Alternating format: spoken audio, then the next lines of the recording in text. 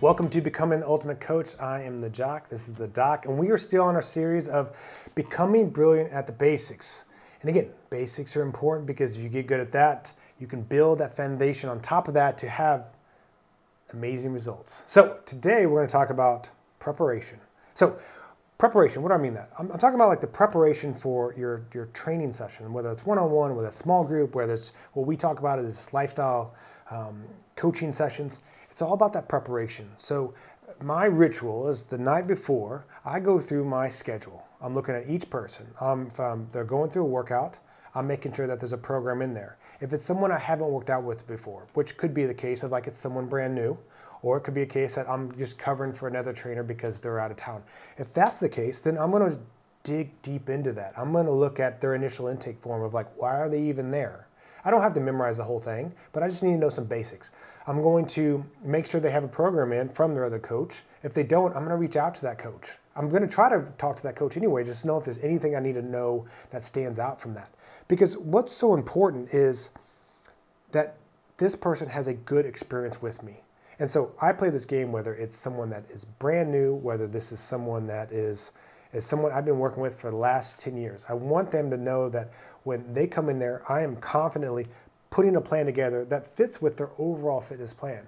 So many times I see coaches where they're just like, they come in like, oh, how we feeling? Let's just kind of make it up on the fly. And Dr. J, if you're taking this from a client's perspective, like what's their interpretation if they feel like the coach doesn't have it together or they're just kind of making it up on the fly, or it doesn't jive with what they've already done that week or the previous week?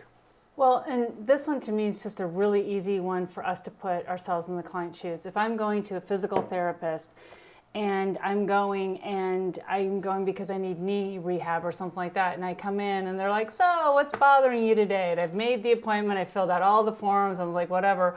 Or I go back and another PT in the group is working on me and they're just like, so what are we here for? Or how is your... At some point, I'm like, if you're not even paying attention, how do you have a plan in place? How do you know what to do? How do you know what I did last time, what I'm worried about? So it sets a couple things up, right? I spent all this time, because everybody has intake forms. I spent all this time answering your questions. You didn't read them. So now all of a sudden I'm just like, so I'm not worth it to you. The effort's not there. And so again, it's that first impression, it's that continued impression. And in the fitness space, we're continually arguing that we can be the fitness guide. We can be that person that you go to help support, coordinate, and be aware. But yet, if you're not going to be prepared to remember even one part of my needs, how are you going to do that? So we also have to decide if we want to be taken seriously, we have to do that preparation. And from a trainer standpoint, our brains need advanced organizers. When we have advanced organizers, whether it's 2 minutes of prep or 2 hours of prep, however it works for your person or what you need, it allows us also to deliver things in an organized and sequenced manner that make it easier for the other person to receive the information, and it creates a smoother flow for us. So some people are like, I don't need a prep, I'm good with that. Well, again, prep doesn't have to be like in college where you're cramming for a test all night. It just means that I kind of have some things cued, so when I see that person, those things that I looked at the night before, whatever, come back to me and I'm ready to go.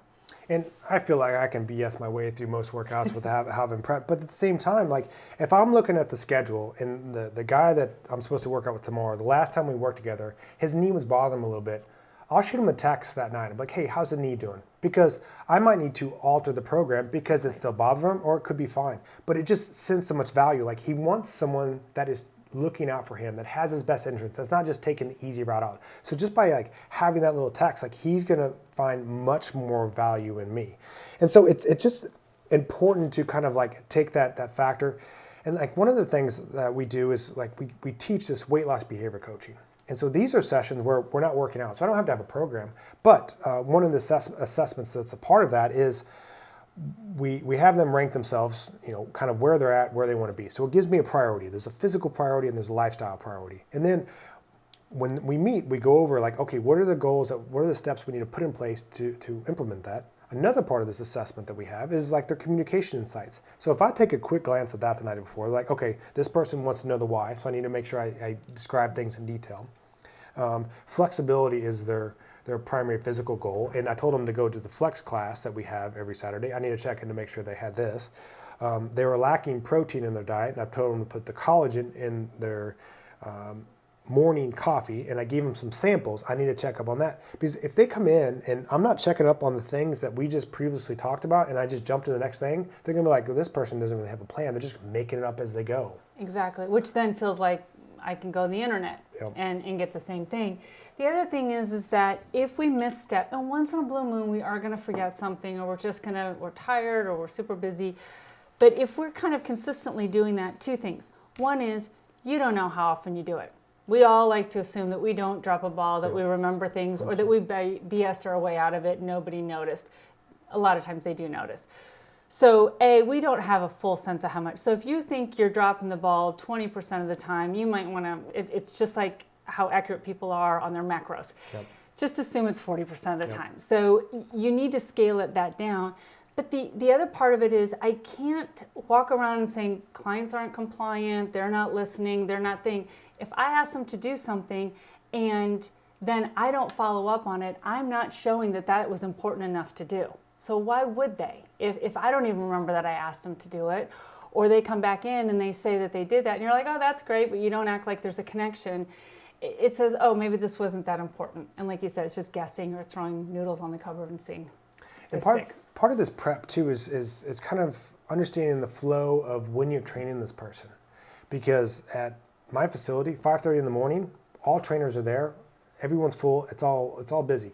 So if I wrote this program as like a giant set where we're doing like, okay, we're doing barbell back squat, and then we're gonna do barbell bench press, and then we're gonna do chin-ups where the squat rack is, and then we're gonna do some sort of lion leg curl, and I'm taking up all these different machines, and I'm taking up all this space, and it's just like, it's not gonna flow well because I haven't taken into consideration of like what workout I'm doing with this person, and also just how busy the gym is. It's like one thing that if I'm writing a program for someone to do on their own, and they're in a busy gym, I'm just gonna superset things where they can protect all their equipment. It's like, okay, we're gonna do a dumbbell incline bench press, you got the bench press, and right beside it, you're gonna do a standing RDL dumbbell. So you got your dumbbells, you hover around this area, and sometimes you have to do that as a trainer in your facility too, because there's so many people in the way. And you don't wanna be these like, okay, we'll just wait till they're done. And so someone's like paying you quite a bit per hour, and they're like standing there waiting. So, what do you got going on this weekend? So just kind of figuring out that flow is super important. Yeah, and also part of that, aside from all the great examples you gave too, is the client most often, unless they're super experienced, been at this really long time or really adept, they're still trying to get their physical space figured out too, or this way, or angle this way, or face this way, or whatever. And then they're also trying to figure out how not to run into other people. And so you don't want that sort of extra anxiety or concern. You want them to be able to just to focus on what they're doing and pay attention to that. Example I use for a lot of my trainers is it's teach each training block. So say you got like 3 hours there of like, almost like you're going on a car trip, in the sense of like, there's a place that we have in our facility that we have the trainers keep their drinks. So like when the client goes to grab a drink, they can go grab a drink.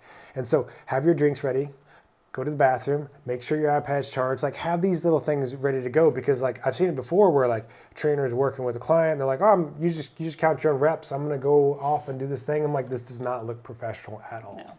Yeah, absolutely. And so just making sure that we're prepped for this. So this little things of like making sure there's a program there, or making sure that you're looking at the plan that you give them, even if you're not taking them through the workout, understanding the flow of the floor and what's going on there, and then thinking about yourself, like what do you need? Now sometimes there's a chance to go to the bathroom in between clients, the ones you can cut out a little bit early and the ones that want to work to the last minute, but like for the most part, it's like for that time that at least that individual person there is there, you don't want to be cutting out during that.